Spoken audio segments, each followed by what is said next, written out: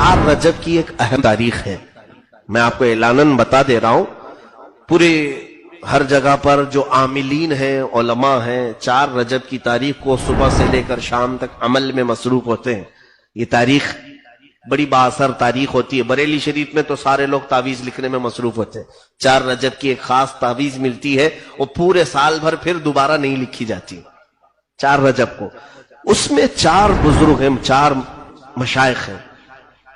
وہ مشائخ ایک اس میں سے مشرق میں رہتے ہیں، ایک مغرب میں، ایک شمال میں، ایک جنوب میں.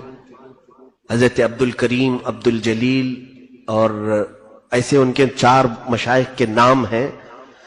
یہ رزق کی تقسیم پر مامور ہیں، رجال الغیب. ایسا نہیں ہے کہ وہ بزرگ جیسے زندہ ہیں اور وہ قیامت تک وہی ایک بزرگ رہیں گے، نہیں، بلکہ وہ اسی نام سے وہ ہے اور ان کے انتقال کے بعد دوسرے وہاں پر مامور ہوتے ہیں اسی نام سے. یہ بزرگوں نے لکھا ہے.